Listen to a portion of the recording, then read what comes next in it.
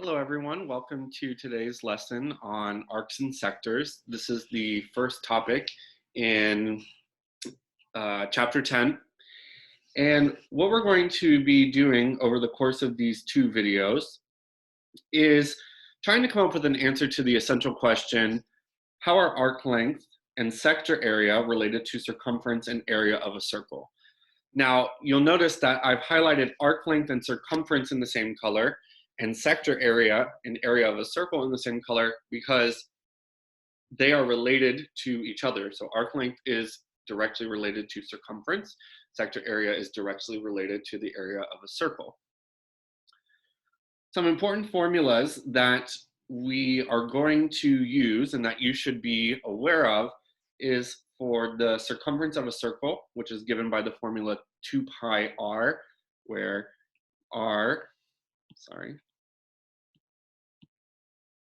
where r is the radius of the circle.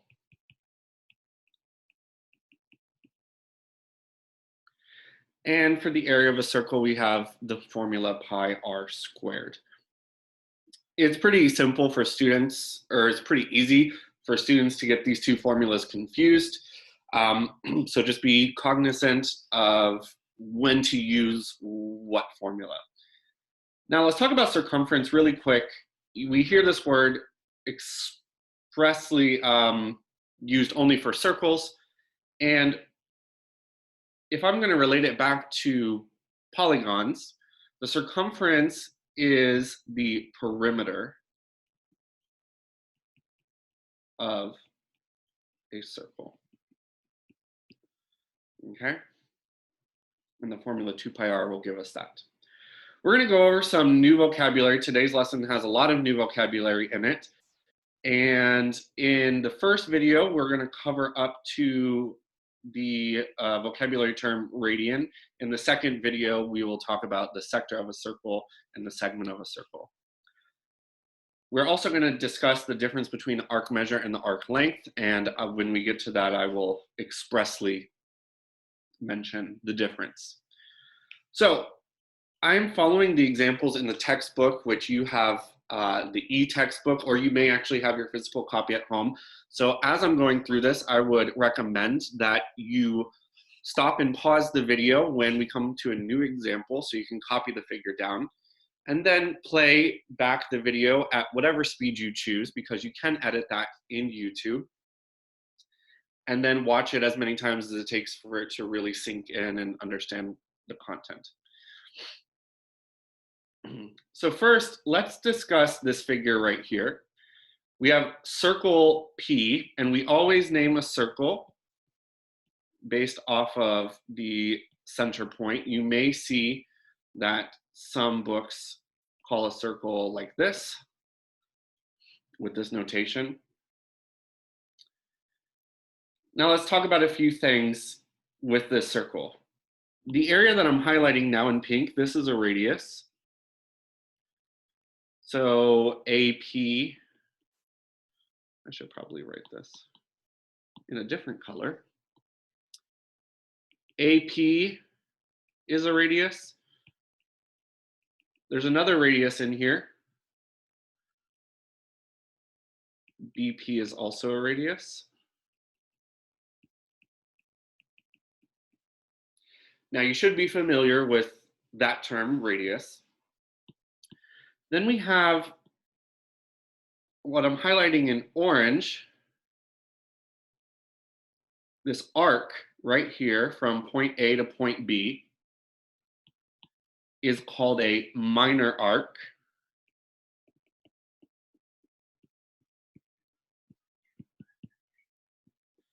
And a minor arc always measures less than a semicircle, and a semicircle measures 180 degrees. Minor arc is notated with two points in that minor arc, the end points of that arc. And like I said, it will always be less than 180 degrees. Now, what I'm going to highlight in green, from point A, going through point C, and ending at point B, is called a major arc. And a major arc is named with 3 points. So I can name it ACB or BCA. As long as A and B are in the first and third position, it really doesn't matter. C needs to be somewhere in the middle. Because if you were going to say, let's say CAB, then that would refer to this arc right here, which I will highlight. Starting at C, traveling in the direction of A, ending at point B. Okay? Major arcs measure greater than 180, but less than 360. Because 360 degrees would be the measure of a full circle. Let me just double check to make sure I have covered. I've covered major arc and minor arc. Let's talk about the central angle. A central angle, pulling the definition from your textbook, is an angle formed by 2 radii. So let's look at the pink again. Formed by 2 radii with the vertex at the center. So we know that angle APB is a central angle. And we know that the measure of angle APB is 95 degrees. Okay, so central angle, vertex at the center, pretty self-explanatory. An intercepted arc is the arc that is created by 2 segments or 2 rays or any lines that intersect the circle. So AB is an intercepted arc from these 2 radii.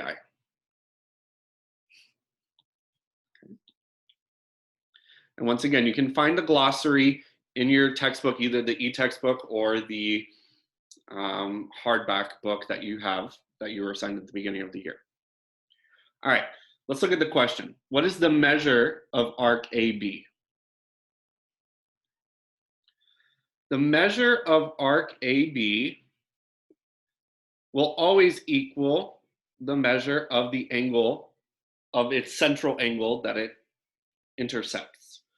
So the measure of arc AB is going to be the same thing as the central angle, which is equal to 95 degrees.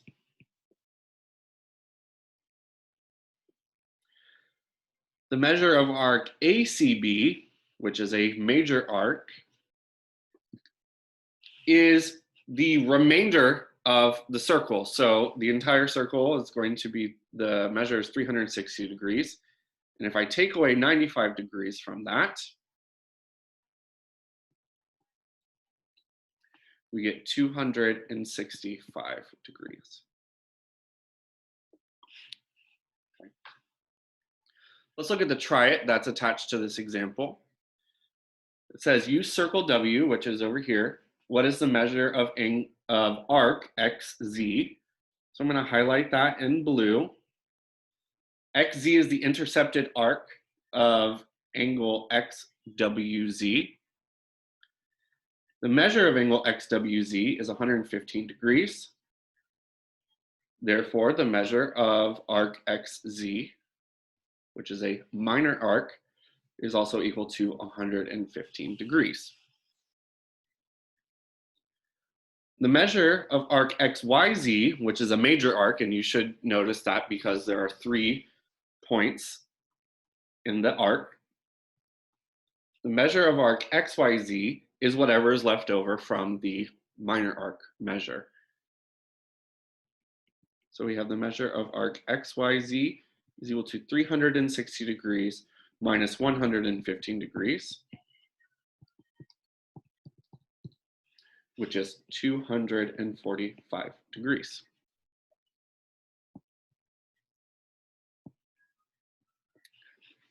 So far, all we've been talking about is the arc measure of a circle. And if we look here at this circle, we kind of see some interesting highlights. So, and I will match those highlights. So this central angle right here, angle JPM, is highlighted in orange. And thus the arc that it intercepts, JM, is also highlighted in orange to show that they have the same measure. Okay, that word is important. The word that I'm using is measure. That is very important. So the arc measure is equal to the measure of the central angle. Okay. If we look here, we see we have these congruency markings for arc JK and arc KL. So if we know that arc JK is congruent to arc KL, then what that must mean is that their central angles, JPK and KPL, are also congruent. And that's pretty much it on arc measure. Now, what we're going to get to at this point is arc length. And as you see right here, I have in big bold EQ, which stands for essential question, because what I'm about to explain to you is the answer to part of the essential question for the lesson, which is how is arc length related to circumference? So now we're getting into the idea of arc length versus arc measure. And if we read here, it says the measure of an arc is a fraction of 360. 360 being the entire measure of the circumference of the circle. The arc length is a fraction of the circumference. So if you think about, let's say that this is the surface of the earth, right? What I'm highlighting in blue is the surface of the earth, okay? If I only wanted to know how much length is from this point on the earth to this point, I must first determine the angle between these two places. And this length right here, highlighted in orange, is just going to be a fraction of the entire distance around the globe. Here's the proof for the formula, but most importantly, what I want you to understand is that the formula for arc length is given right here. We use the variable s for arc length. And if I can just kind of detail this a little bit, this piece of the formula right here, n stands for the arc measure. And the whole term, n over 360, is a ratio of the arc to the entire circle.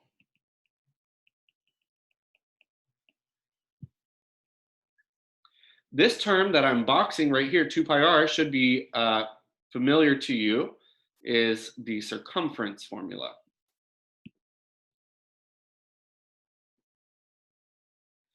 Okay. So it's pretty self-explanatory, very mechanical motion. Know the arc measure, divide by 360, multiply by the circumference. One thing I do want to mention, because we haven't really done this in class yet, but you will see it here in a moment, is that pi will be treated as a variable. And typically, unless a problem specifies, we will not use 3.14 or 22 over 7 or any other approximation for pi. We will leave it as a variable. So before I go over part B, let's do an example really quick. In a circle with a radius of 4, what is the length of an arc that has a measure of 80, and this should say degrees? So let's just kind of draw what this would look like. We have a circle, radius of 4 units, and an arc measure of 80 degrees. So remember the formula for arc length, when given an arc measure in degrees, is n over 360 times 2 pi r. Okay, so here's what this looks like. We know what n is. N is the arc measure, which in this case is 80. So I'm going to try to do something fancy. Copy that, paste it right there. Okay, I got a little too much of the image. Okay. Times 2 pi, and then in these parentheses, I'm going to put whatever the radius was, which is, and I know that I could just write the number 4, but I don't want to.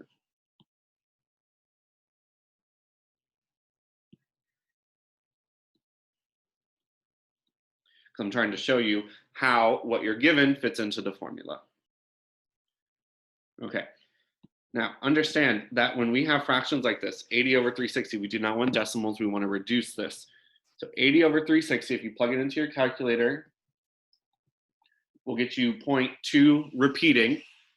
And if we convert that to a fraction, we should get 2/9 times, this term is 2 pi times 4. 2 times 4 is 8. And then we have 8 pi times 2, which is 16 pi over 9. So here's what I was talking about. We're not going to use 3.14 for pi. We're going to use the symbol. Okay. And then obviously, if you see if 16 over 9 reduces, which it doesn't. Let's discuss, there is another method for finding the arc length of a circle if we are using radians to measure our angle instead of degrees. So this is a new vocabulary term. And it's not incredibly important for you to know at this point, but radians are used heavily in your further mathematics education. And all a radian is a way to measure angles, and it is equal to the measure of a central angle that intercepts an arc with length equal to the radius of the circle. So if you notice here in the figure, we have an arc with r, which is r, and a radius that is also r. So this angle right here is equal to 1 radian. Now, radians you will typically see as fractions of pi. And what I mean by that is that a lot of times radians look like this: pi over 2, or 5 pi over 6, or sometimes 11 pi over 3. It is just another method for measuring a central angle. I will tell you though, if we look here, you see this new symbol.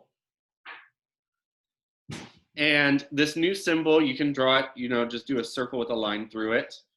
Or you can get really fancy, basically after you've done it a million times. This is called theta. This is the Greek letter theta. And theta is used heavily to represent angles in circles and a lot of times in triangles as well. You'll see theta a lot in further math courses. When we are given radians, the arc length formula is really simple. All we have to do is take the radian and multiply it by the radius. There's no ratio that we have to do. We don't have to do an n over 360. We don't have to deal with the circumference of a circle. If you want to know why that is, the proof is right there. And you can look at that at your own time. Let's look at this example. In a circle with a radius of 6, so let's use a different color. with a radius, that is a terrible circle. It's not great either, but we'll manage. With a radius of 6, what is the length of an arc that has a measure of pi radians? So this would be pi. Okay? Round to the nearest tenth. So here's one of those things. It says round to the nearest tenth, which means they do want us to use pi as 3.14. So I'm going to give you the answer in two different ways. Let's identify our r and our theta. R stands for the radius, which is 6. Theta is the angle given in radians, which is pi. And the formula for the arc length, when given the measure of an arc in radians, is r theta. So I just multiply 6 times pi, and the arc length is 6 pi. So typically we leave our answers like this. However, in this problem, they do want us to do 6 times 3.14. And rounding to the nearest 10, we will get 18.8.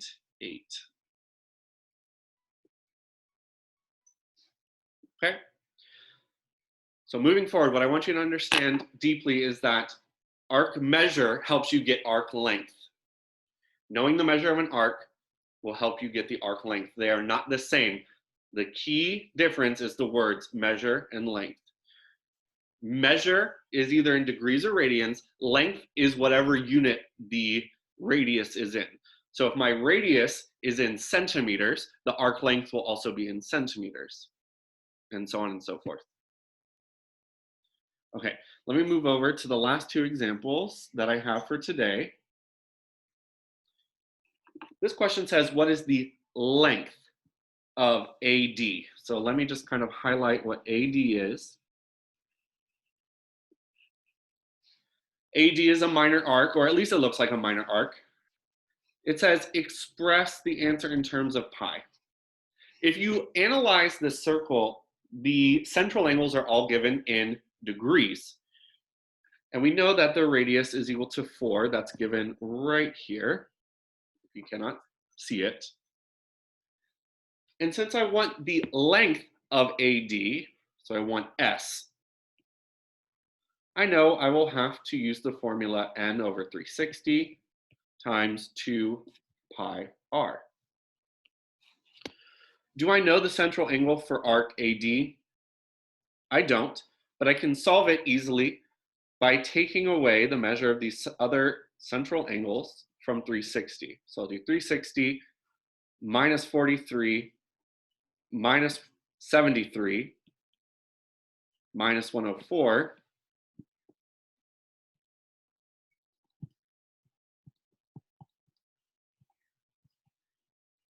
And I get that the measure of arc AD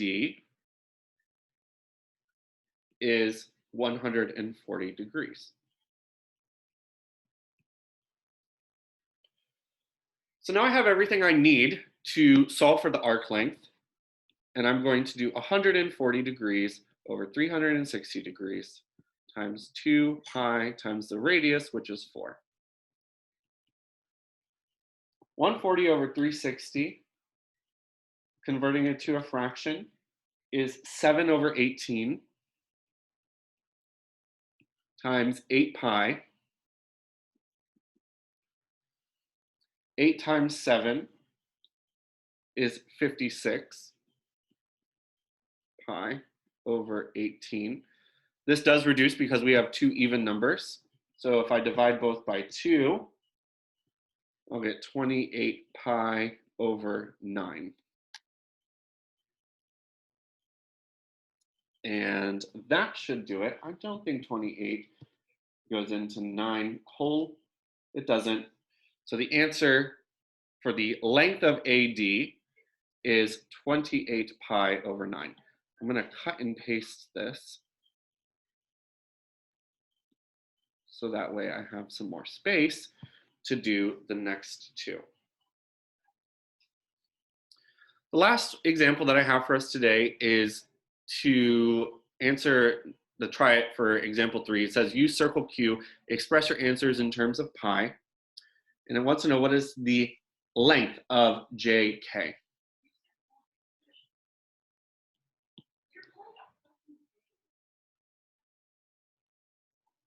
Okay, so we know that JK, the central angle, is measured in radians.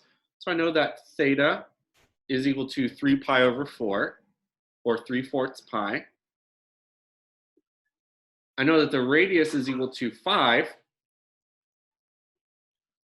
And remember, when given in radians, the arc length formula is r theta. So I know that S is going to equal 5 times 3 pi over 4, which is 15 pi over 4. And that doesn't reduce. What is the length of HK?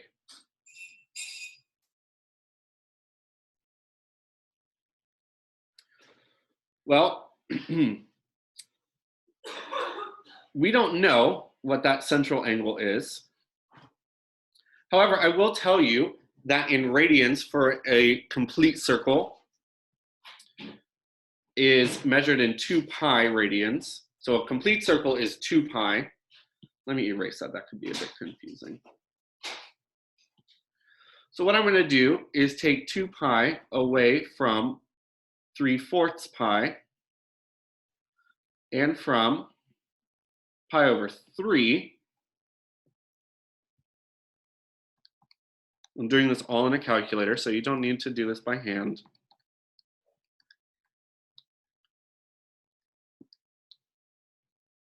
And I get 11 pi over 12. So 11 pi over 12 would be the theta for arc HK. The radius is still 5.